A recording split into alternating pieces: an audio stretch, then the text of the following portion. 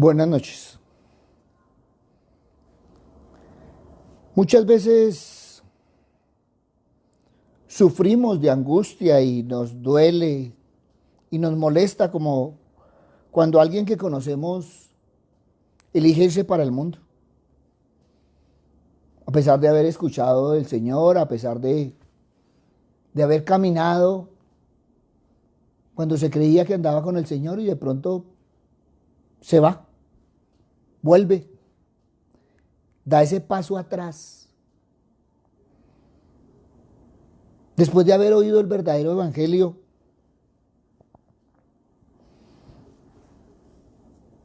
pero es que muchos han venido buscando que el evangelio en el cual se les predica de Jesús pueda hacer mejor sus circunstancias de la vida.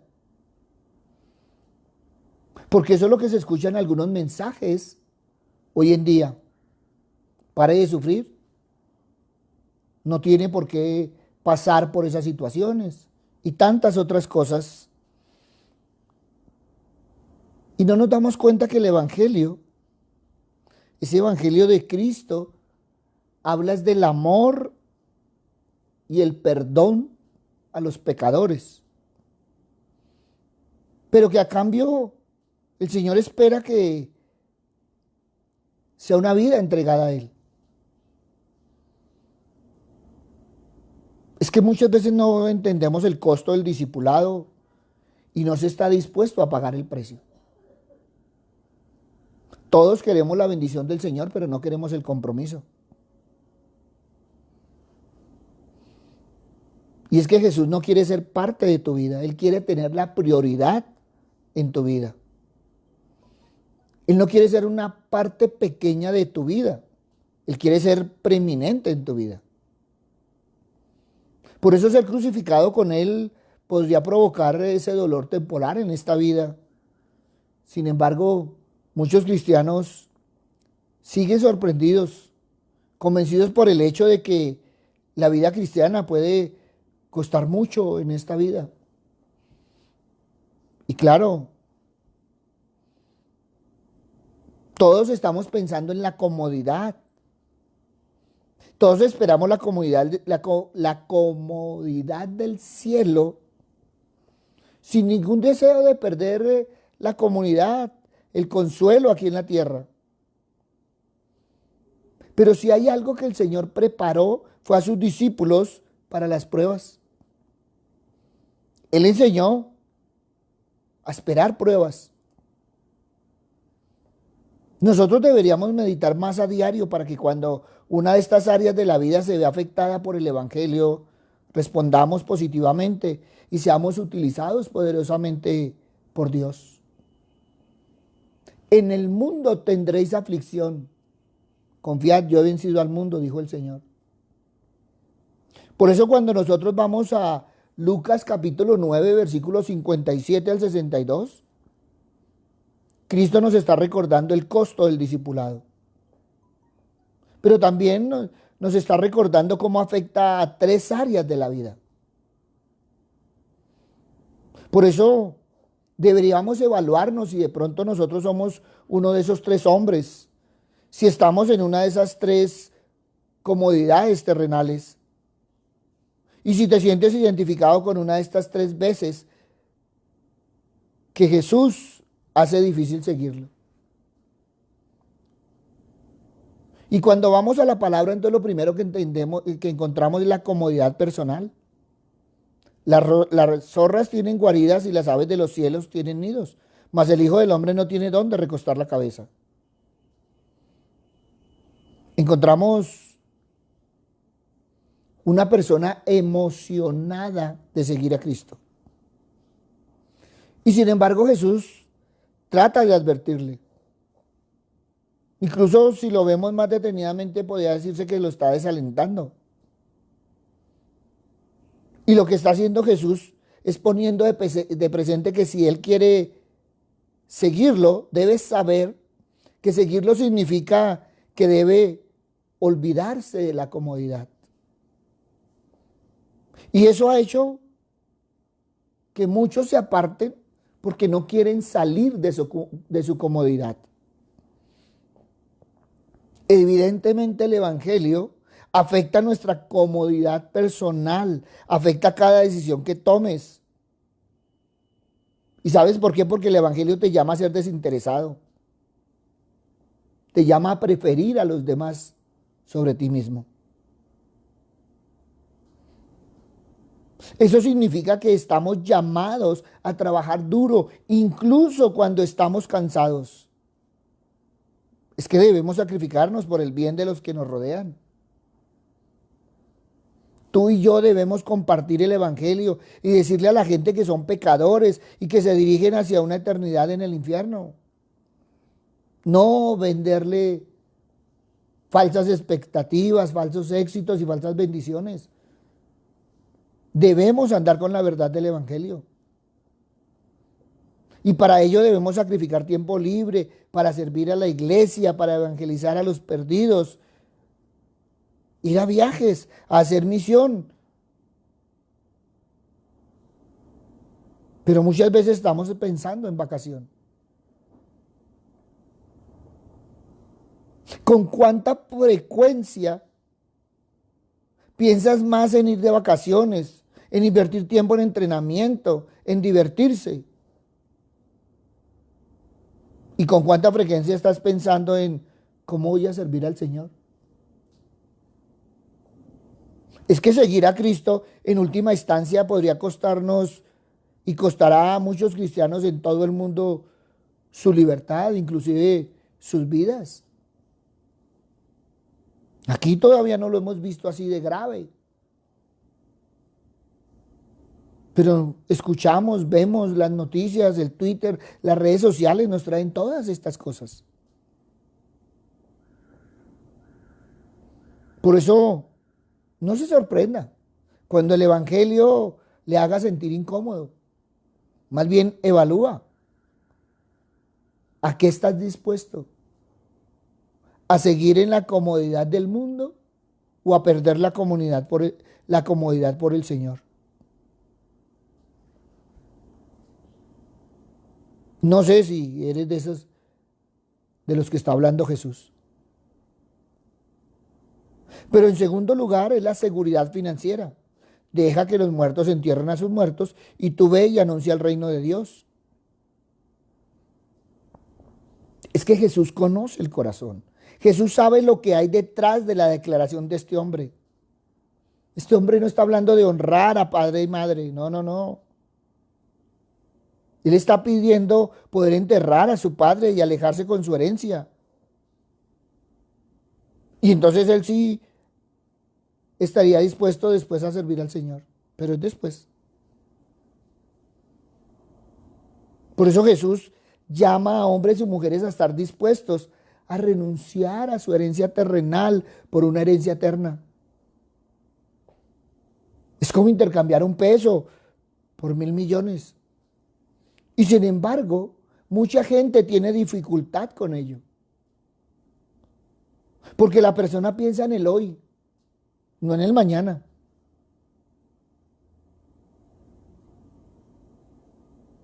Por eso la gente hará cualquier cosa por su seguridad financiera. Apuñalarán a los amigos, figurativamente hablando, obviamente.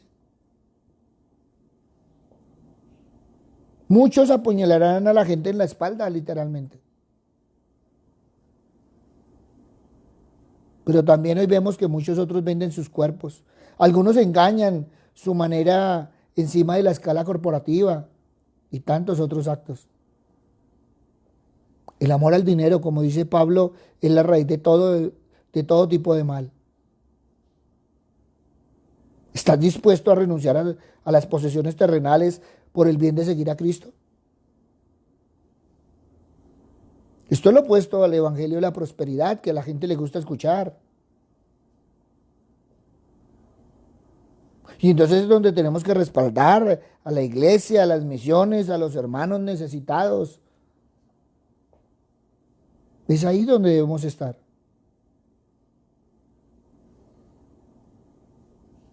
A veces podríamos incluso perder un trabajo o dos, debido a nuestra posición en Cristo.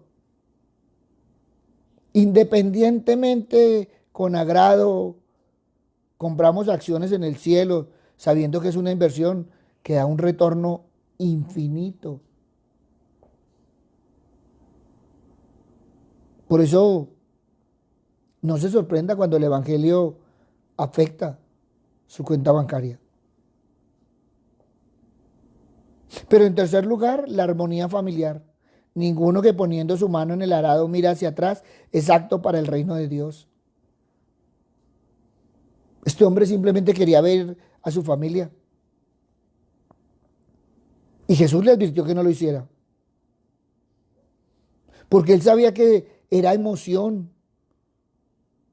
Que si este hombre regresaba a su familia lo convencería que no siga a Cristo. Ahora, la familia es una increíble bendición. Pero puede ser también una fuente de tentación para muchos. A tal punto que sea una tentación de comprometer el Evangelio y no servir al Señor tan duro como debíamos. ¿Cuántos padres por cualquier razón no quieren que sus hijos estén en el ministerio?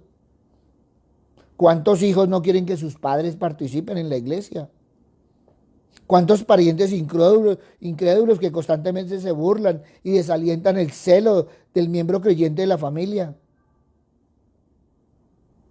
No nos hemos dado cuenta que el enemigo muchas veces usa a la familia para dañar mucho en la vida de un cristiano. Como dice Jesús en otra parte del Evangelio, estamos llamados a poner en prioridad a Dios sobre nuestra familia, por el amor de Cristo. Resistir a la tentación de permitir que la palabra de nuestra familia triunfe sobre la palabra de Dios. Por eso, no se sorprenda si el Evangelio afecta sus relaciones. Es que es muy tentador ensuciar el Evangelio y prometer grandes comodidades en esta vida para aquellos que nos rodean. Pero mientras hay gran alegría en conocer a Cristo, tenemos que tener cuidado de decir la verdad. Si bien debemos suplicar y animar regularmente a nuestros hijos, nuestros familiares, nuestros semejantes, nuestros compañeros de trabajo, a entregar su vida a Cristo, ¿por qué no seguimos el ejemplo de la evangelización? Y advirtamos lo difícil que es ese compromiso con Dios, la vida cristiana. Y exaltemos las glorias del cielo. Porque también es fácil para nosotros olvidar el hecho de que el Evangelio afectará las vidas. Y debemos estar dispuestos a renunciar a los derechos terrenales por el bien de las recompensas eternas. Ya no es hora de renovar nuestra entrega, nuestro servicio, nuestro sí, sin condiciones. Es que ya es la hora de una obediencia sincera. Esa vivencia de la pobreza que anida en nuestro corazón, de sentirnos pobres y vulnerables como tanta gente con la que trabajamos. Es que a veces no nos ponemos en los zapatos del prójimo. Tú y yo siendo portadores del mensaje de salvación que muchos intentan callar. No es fácil ser mensajeros de Dios en estos tiempos.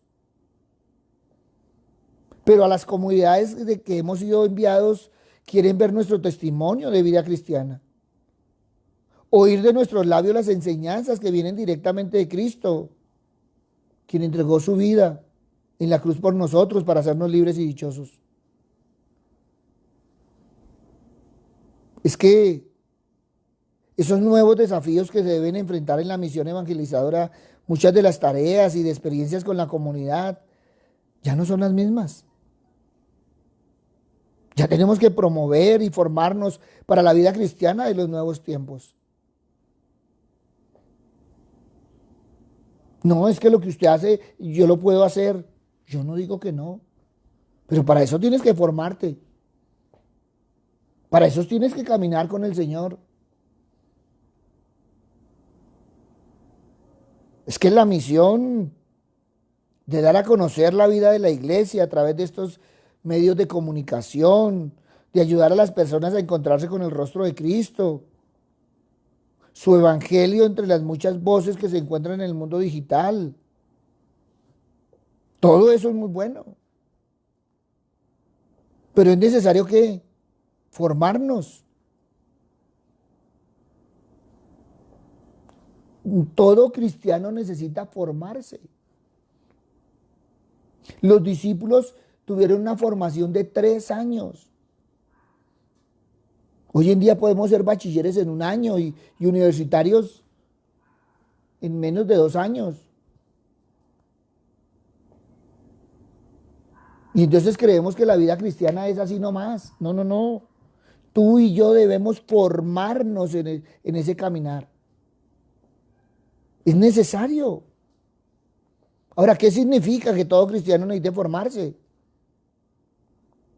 Primero, significa que la fe cristiana tiene que ver con la verdad.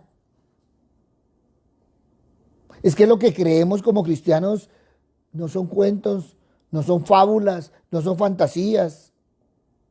Cuando tú vas a la palabra de Dios, son acontecimientos verdaderos, son realidades efectivamente que existen. Es que la verdad en general para las personas es algo importante. Cuando tú hablas en serio, vas a hacer que la gente se interese en la verdad. Que sea de la verdad de lo que se informa. Que sea de la verdad de lo que se opina. Que sea de la verdad de lo que se hace.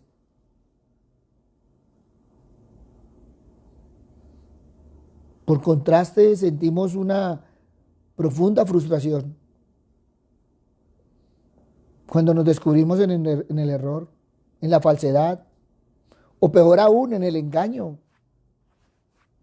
Cuando las cosas o las personas nos interesan o nos asalta la posibilidad del error o del engaño, entonces indagamos, buscamos la verdad o nos confirmamos en ella.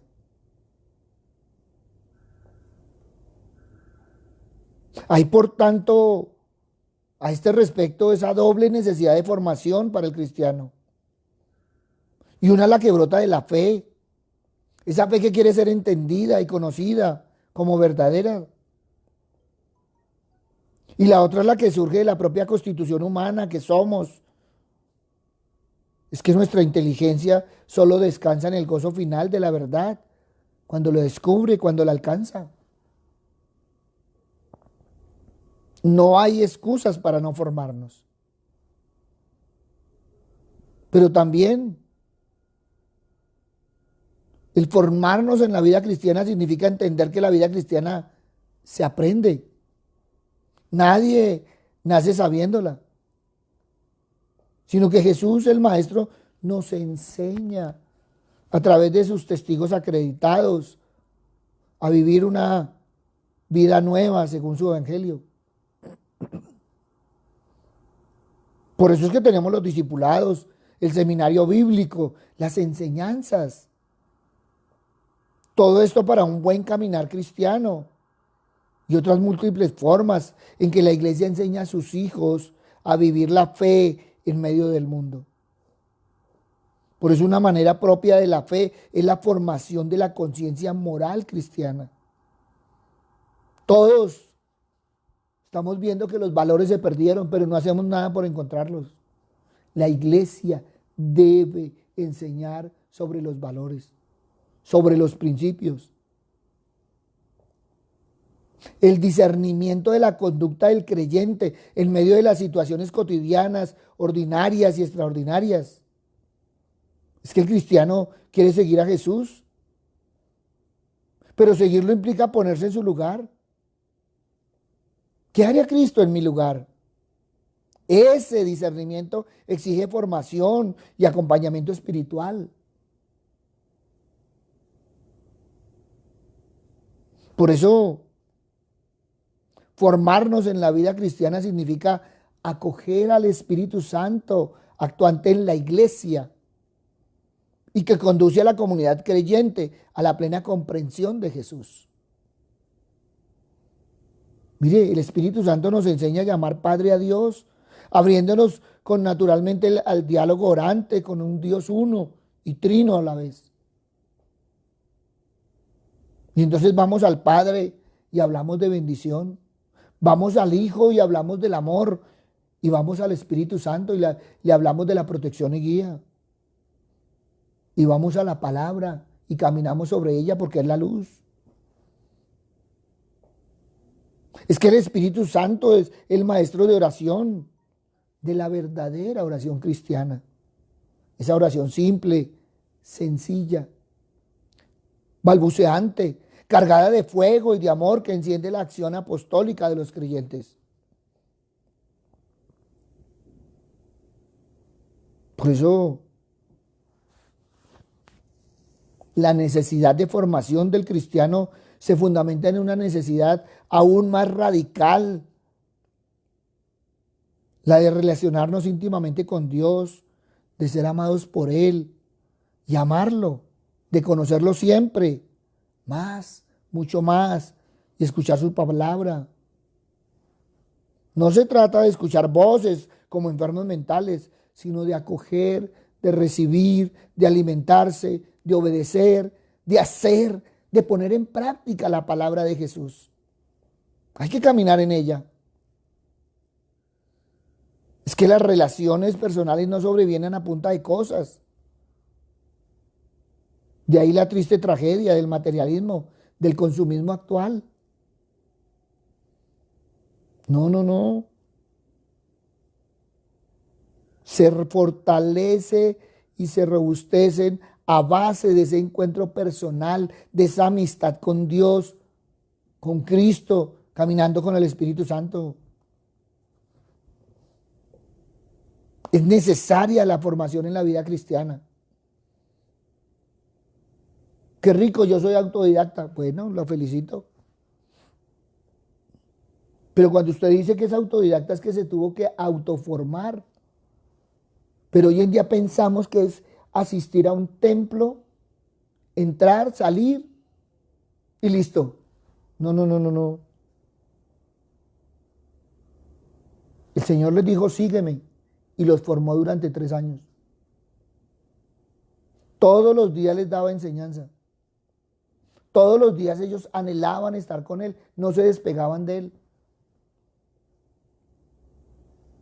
Ay, Jesús, ¿me puede hacer un favor? ¿Me repite la enseñanza que es que yo acabo de llegar? No. Así no era con Jesús. Él iba caminando y Él iba enseñando sobre lo que iba viendo. Tomaba del contexto para las enseñanzas. Y todo en Él era una enseñanza. Tú y yo somos personas a imagen y semejanza de Dios Padre, Hijo y Espíritu Santo. Y con Él solo cabe el diálogo personal, simple, sincero y concreto. La palabra de Dios es concreta. Está en el Evangelio y el rostro de Dios es concreto. Jesús de Nazaret, el Maestro. La formación cristiana entonces no es para ser más eruditos en cristianismo. No. Sino para conocer vitalmente cuánto nos ha amado Dios en Jesús. Y así saber cómo podemos agradarle siempre más.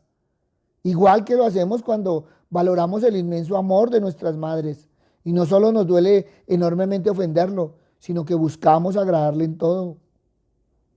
Y esto es posible en la medida en que le conocemos. Es que no hemos entendido que el cristiano siempre es un discípulo del Maestro.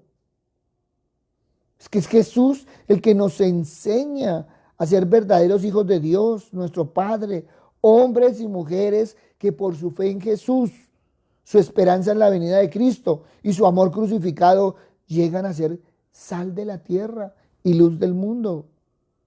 Y eso se nos ha olvidado. ¿Todo por qué? Porque necesitamos la formación en la vida cristiana. Nadie puede negarlo. Nadie nació aprendido. Tú puedes tener mucha inteligencia, puedes tener mucha sabiduría, tú puedes tener mucha memoria, pero ¿qué necesitas? Formarte en la vida cristiana. Sé humilde, reconoce que necesitas formarte. Muchos en ese orgullo y altivez, yo no necesito nada, yo eso ya lo sé. Y por eso la iglesia y los cristianos no han dado respuesta a las necesidades del mundo, porque no conocen y se forman con respecto al Padre, al Hijo y al Espíritu Santo. Por eso hoy yo te invito a que evalúes cómo estás en esa formación. ¿Realmente ya lo sabes todo? ¿Realmente es que has escudriñado la palabra? Miren, nosotros podemos ahí en el internet mirar. Hay maestros que llevan toda la vida enseñando la palabra, escudriñando la palabra y aún todavía están aprendiendo de la palabra. Cuando tú estás dispuesto a enseñar, no puedes dejar de aprender. Y muchas veces nosotros decimos, no, eso que usted hace yo lo puedo hacer. Eso de sentarse ahí, eso yo lo puedo hacer, claro, usted puede sentarse. Y puedes hablar de Dios, no lo dudo. Pero conoces a Dios, conoces al Hijo, conoces al Espíritu Santo. Es necesario, es indispensable no creer que es que ya somos los enviados principales de Cristo. No, no, no. Todos tuvieron que formarse, todos tuvieron escuela, todos. Ahora, si tú miras en el Evangelio, si tú miras en la Biblia, si tú miras en el Nuevo Testamento, todos tuvieron, primero, un encuentro personal y segundo, una formación. Pablo estudió con Gamaliel, el mejor maestro que había de las escrituras en ese tiempo. Entonces él sabía más que los otros. No, porque por encima de Gamaliel estaba Cristo.